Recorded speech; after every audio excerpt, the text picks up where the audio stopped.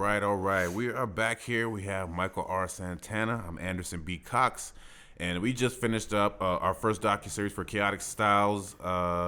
Basically, it's a little docuseries we put together called Independent. So I wanted to sit down with Mike. I just finished wrapping that up here. It's actually available on KayatickStyles.com. But I want to sit down with Mike and get a little bit of information about, the process of shooting this one. This is actually one of the first series and shows that we completed on Kayatick Styles, so we're kind of geeked about that. We want to get his vision on how he got this all created and go from there. So how you doing today, Mike? Good, man. Good. How's it going? Going good. So I'm going to actually open this up with when we started doing the independent series, we started selecting artists and getting everything together. What did you think about that concept or the process of a docuseries of documenting independent artists and their journey? Well, I think you caught me at a great time because I think everything's a process. So I went from doing, horror movie shorts, music videos, and as you know, past 5 or 6 years, I've started to do more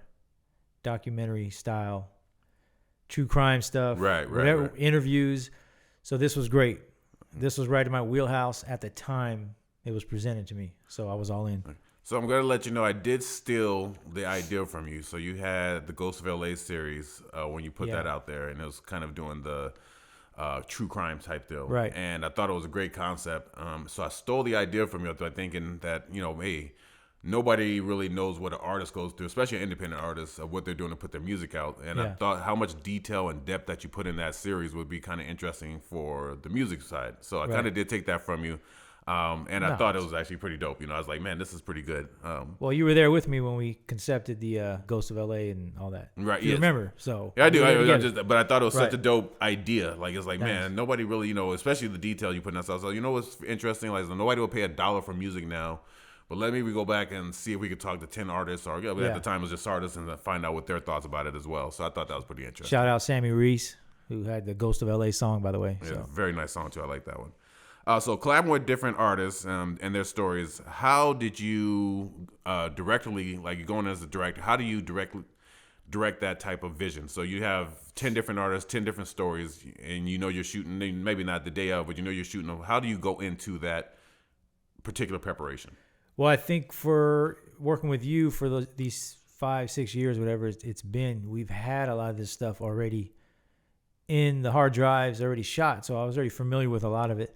So that was kind of my cheat sheet, and I wanted to approach it not just the music side, but I wanted to approach the artist, the person, and how they got to where they're at. So I just wanted to approach it in a intimate setting. We shot at Urges, we shot at your place, but just one setting, the simplicity of one setting. So speaking of Urge, I think Urge has probably one of the most like impactful, maybe sentimental, maybe emotional type stories in there. And I've met Urge through you. Urge, one of the hardest working artists I've ever seen in my life. Like, I mean, I look up to Urge because of the amount of production he puts out there. What did you think about Urge's story? And I think you even asked a question of him and his family situation, which really gave a really dope piece. What did you think about Urge's story in general? And then how did you because I forgot about that, but how did you come up to ask him that and have him give that detailed type story in that? In the interview itself? Yeah, well, because we had talked about the music video for probably 4 years before we did it. So I was familiar with that story, being good friends with the guy. So I figured since we're going to be doing independent, you can't tell his story without that story. Right. So that's why I asked him about it, to elaborate on it. And I think his detail of how he goes into it, like I'm actually using that. If you look on Facebook, I'm using that for ads and everything or whatever, because I think the story and the emotion he goes into it kind of shows exactly what the series is about. Because the series is not about, to me, and I don't think the series is about making music per se. I think it's about the whole artist's journey and storytelling the artist's journey on it. So I thought Urge really set that up. What are some of the challenges that you face doing a docuseries, especially in an independent series and dealing with so many people? Like, what are some challenges that kind of go with that? Time. We just got done talking about it. I have to go to work. So if I didn't have to work, you would have had this stuff done, you know what I mean, a while ago. But it's time. It's doing this, going to work, you got the family, you got stuff, bumps in the road you got to deal with. We all do. But part of me thinks that if I didn't have to deal with all that stuff, maybe you wouldn't get what you get. Maybe I need to go through all that stuff Right. I can see that. to get where you're at now. So, but for me, it's time, man. And I don't know how. Shout out Urge 7. I don't know how he does that. I don't. I've said this a few times already. This guy, he just goes. Yeah, he just goes. It's incredible with that because, like I said, he'll movies. He'll put out an album. He'll have music. Is just constantly whatever. I'm like, man, this guy constantly is putting out. And at a high clip. And that's after he's done a double shift or whatever he's doing.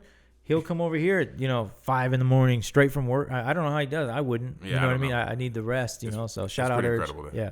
All right, so let's talk about hardware. What did you use shooting this film? So we did a couple different camera angles. Let's talk about the cameras first, and then we'll go into the sound after that. Yeah, I used the Blackmagic pocket camera, cinema camera, 6K, but we shot 4K.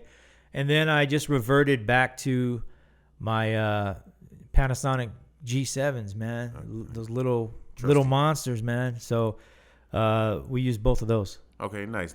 And then as far as the sound, how'd you capture sound on that? I think you did a boom mic, or did you? Yeah, I used the Sennheiser.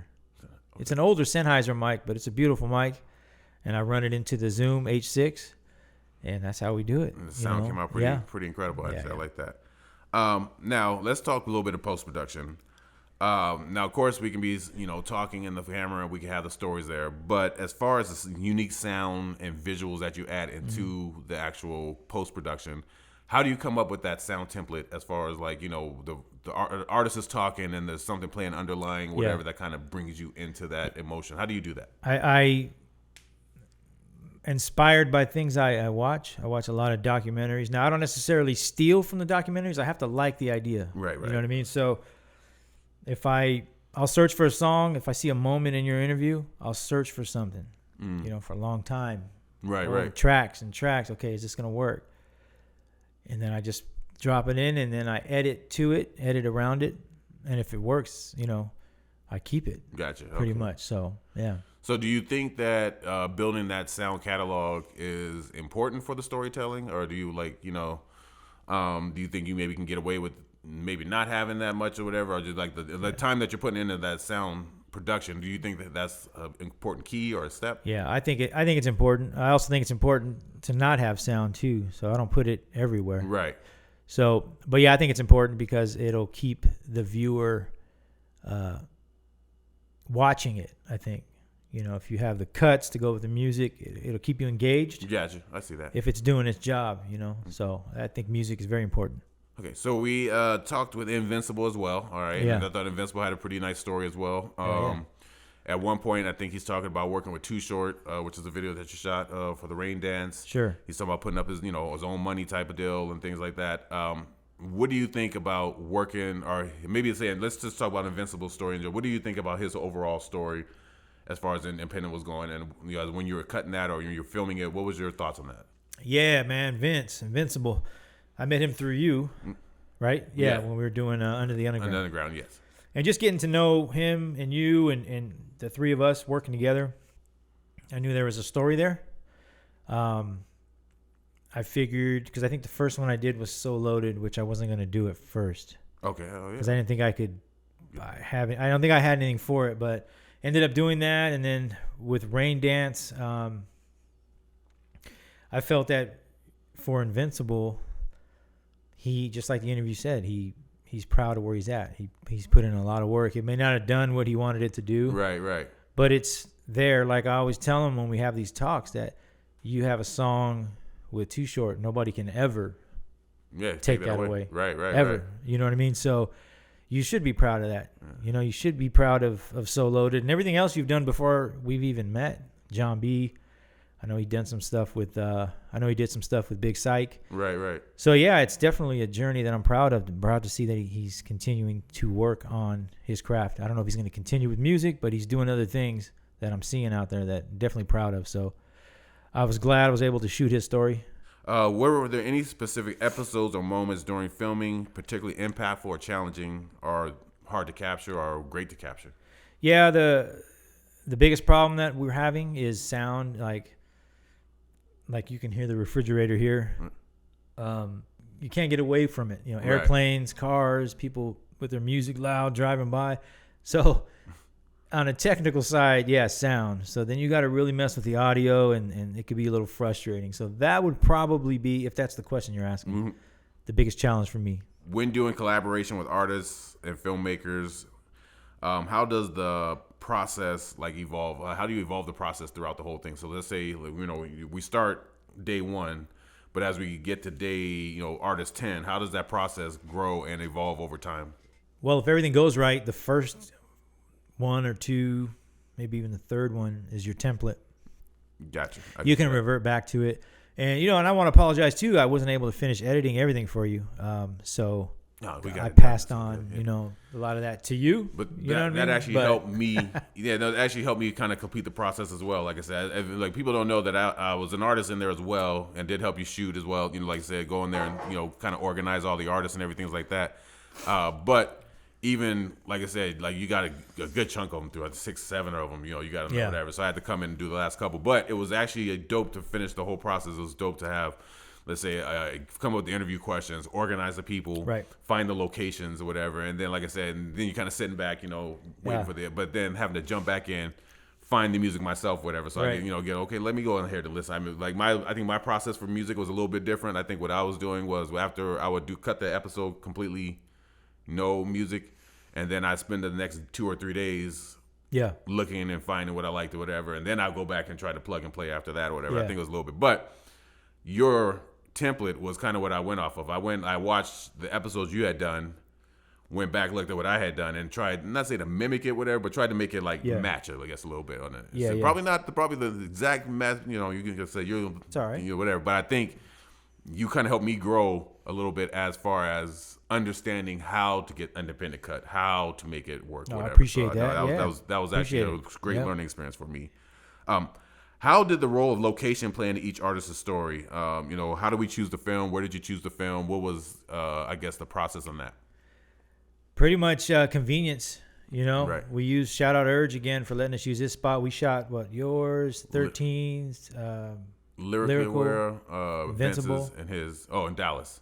In Dallas, so convenience. Right. Convenience, and plus it was a nice little setup. And then your house, we've talked about. We've actually used that wall. I wanted to reuse the wall, the graffiti wall. So that was a little bit more of a convenience, or less of a convenience, more of a just a want aesthetic. To shoot there. Yeah. Yeah, got you. So, and L Fudges, I thought he has one of the better interviews as well. I think his detail, what he's going into, he talks about soul and music and things like that. So, and I know that's one of the ones you kind of want to check out. What did you think of L Fudge's interview overall? Oh, yeah, it's one of my favorites. All you guys' interviews have, you know, there's points in there that are like, okay, that's dope. But there was something about his that I don't know if he meant to do it or there was something guarded there. Right.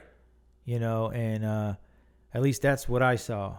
And that's what I liked about it. Because I was able to try to pull out what I thought he was getting to. Right, you know? And he's a very unique artist to me. Like I said, I think his music is super dope, but I think his artistry, even how he presents it, is because I think so. Here's what I think about artists in general. Sometimes artists will kind of follow a mold, or they'll see something on Instagram, they want to get the likes, the attention, and that type of deal. Sure.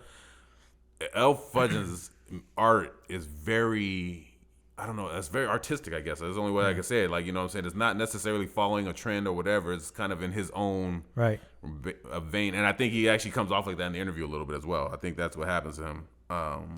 What was your favorite interview of all the ones you saw? Or the ones you cut, which ones were your favorite? Yours, Lyricals, Urges. I mean, they all had something there. Yeah. I didn't really have like a favorite. Like Dallas had a good moment talking about his relationships with the people he works with, versus people he doesn't. Yeah. You know, Lyrical had a journey. You had a journey.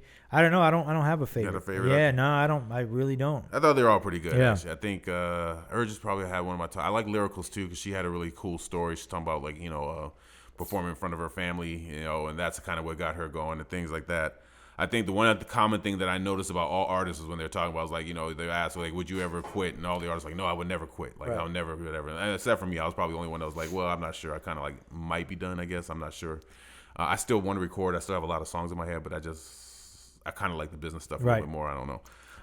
But I thought they were all pretty good. I think Vince told me that he thought My Cousins was probably one of the, whatever his story. He said you could tell he was like seasoned. You could tell that he had like a lot of, just seasoned in his journey, all kind of like that type of deal. So I thought that's pretty interesting. What do you like about docuseries in general? Like, let's say, what do you like filming? You like documentaries and what is your draw to directing though? Like, why do you like those? Let's say particularly more than others, but what is your thing about that? Why do you like docuseries or documentaries? Well, documentaries, at least speaking from a true crime aspect, if that's okay. Yeah, sure. Yeah, no, for sure. They already have a built-in audience, at least from what I found. So you don't have to, not saying they're going to watch your stuff because it's built in, but at least you have that where you have a better chance of them seeing it and they say, oh, this sucks, or they like it. Right. Where in my experience, when I make all these shorts, nobody gives a shit. Gotcha. And nor should they. You know what I mean? So the eyes aren't on it. With docuseries, these are true stories, right? Or at least true to, their story, the person that's telling the story, true in their eyes. It's more intimate. I get to know you guys from the stories and the journeys you've been on. So that's the other side of it. Gotcha. Okay. It's not a written script. It's not a special effect I need that's going to fuck the day up. You know what I mean? Because it's not working, So that's what draws me to docuseries is true crime and then even independent where these are true thoughts, true feelings as they stand on camera, I think that's kind of what I like. I think the storytelling for me is probably the key. Like, I think, so even when you're doing your true crime stuff, like I said, I think when you're, especially the way you do it, like I said, because a lot of times people will just talk about the true crime. You actually go out on set and go out whatever and make it happen. You know what I mean? So I think that's actually pretty interesting on there. Yeah, thanks. What lessons have you learned and what would you apply to the future projects? For the docuseries and documentary stuff I'm doing? Yeah, just the stuff in general, yeah. The most gratifying? Yeah. Is people interacting with you that you don't know. Okay. People from across the country, even other countries, across the state. Pretty much people all over the world that can say, hey, this is great, I love this, or this sucks, but at least people are seeing it that I don't know. I always say that I make this stuff for people I don't know. Shout out to everybody I know who supports everything I'm doing. That's great. But I really want to make this stuff for the people I don't know. Yeah, for sure. You know what I mean? Because then it's getting out there, whether they like it or not, Yeah, so, and like I said, it kind of get those people engaging, and they can kind of give you an idea, I think, where you need to go maybe on the next one, or kind of give you some kind of intel. I think that kind of is definitely, like I said, I before when I first started my music career and all the other stuff, I was trying to get friends, family. That's all the big thing. Like, I wanted friends, family to kind of check it out. But then as I got a little older, a little bit more like experience, I was like, you know what? That's great. Like I said, the great that the friends and families check it out for sure. But I actually want it to go to other people. Like, if the friends, I'm not upset when friends and family don't watch it, but I'd rather have other people, like you said, across the globe or whatever. Like, the big thing for me is watching, when I check out my stores, like, where people are, like Alabama, I got a big hit over there, or Kansas or whatever. I think in Canada a couple times. So I like seeing that, okay, we're reaching out across, just different platforms on there. I think that's actually one of the keys there. I love that. And also the interview with Dennis Hurst. That was probably the most gratifying. Shout out Dennis. That was a great interview. Him had swag on that one. I was like, man, he's a swaggy guy. As far as projects coming up, is there any other documentaries or projects that you have coming up that you're working on, or is there any, is the future all documentaries? Are you gonna go back to filmmaking? What is? No, I'm gonna probably stay on this, man. Documentaries. Right now, I've been working on it since September. It should be done February, March. Is Sugarman Gallery. Okay. That's the gallery that sits next door to the original Michael Myers house. Shout out Halloween. Nice. In South Pasadena. It's a gallery that's devoted to the Halloween franchise, specifically the first two because that's where they filmed a lot of it in that neighborhood. It's a very famous neighborhood, but it's also dedicated to a lot of horror movies outside of Halloween. So I'm doing a documentary about Sugar Mint Gallery. You can check it out later on this year. But if you haven't been there and you're a horror movie fan, go to Sugar Mint Gallery, please. I recommend it. It's right next door to the Michael Myers house on Meridian in South Pasadena. Can you discuss like any, feelings or anything that you had after watching anybody's episode? Was there anything like that you watched somebody that maybe changed your opinion of them, or maybe give you a certain feeling while you're filming it, or change mindset or at all? No, because when I'm editing it, get so familiar with it. Yeah. And especially like, you're watching it over and over again. It kind of gets. Plus, I shot it, and plus I know what half of you guys. So right, that's true. Right. Probably not the answer you wanted, but no, it's all good. I mean, I can see that. Yeah. Lyrically Aware, her episode is pretty interesting to me because she has a pretty interesting story. She's talks about her music. What did you think about her as an artist in general, and then as her documentary? Yeah, I thought it was interesting to hear her story. I was able to look her stuff up after the fact as I was editing. Okay. Some of the stuff she's done in Riverside. Right. She's made some rounds out there. She sent me some of her work as far as music videos and performances. So it was interesting to find that out after the fact and see what else she's been working on. So, yeah, that was fine.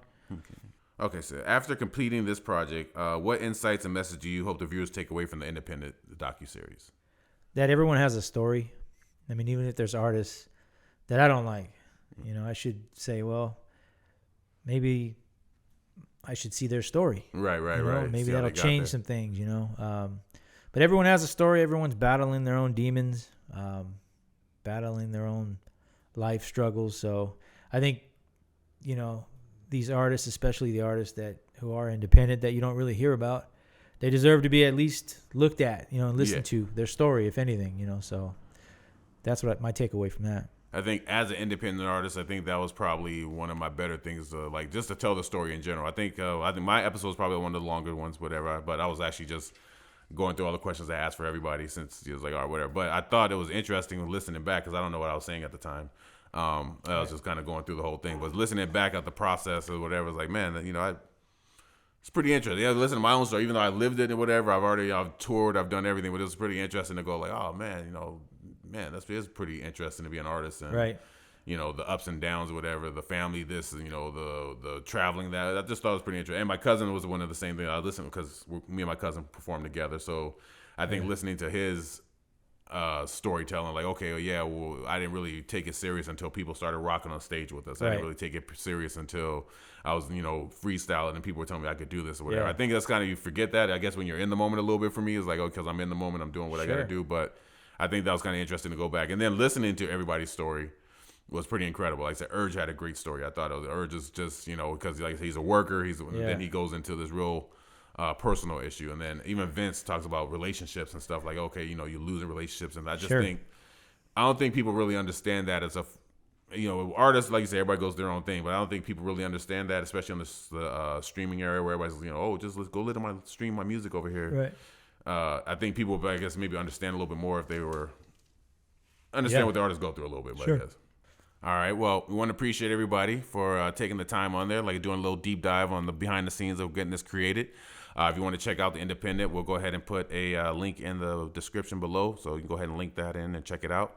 I want to thank Michael R. Santana for coming out and definitely for shooting and making it looking super dramatic and just nice and pretty and pristine and everything. So appreciate that. All right. And we're gonna sign off here, man. All right, appreciate it. Thanks for having me.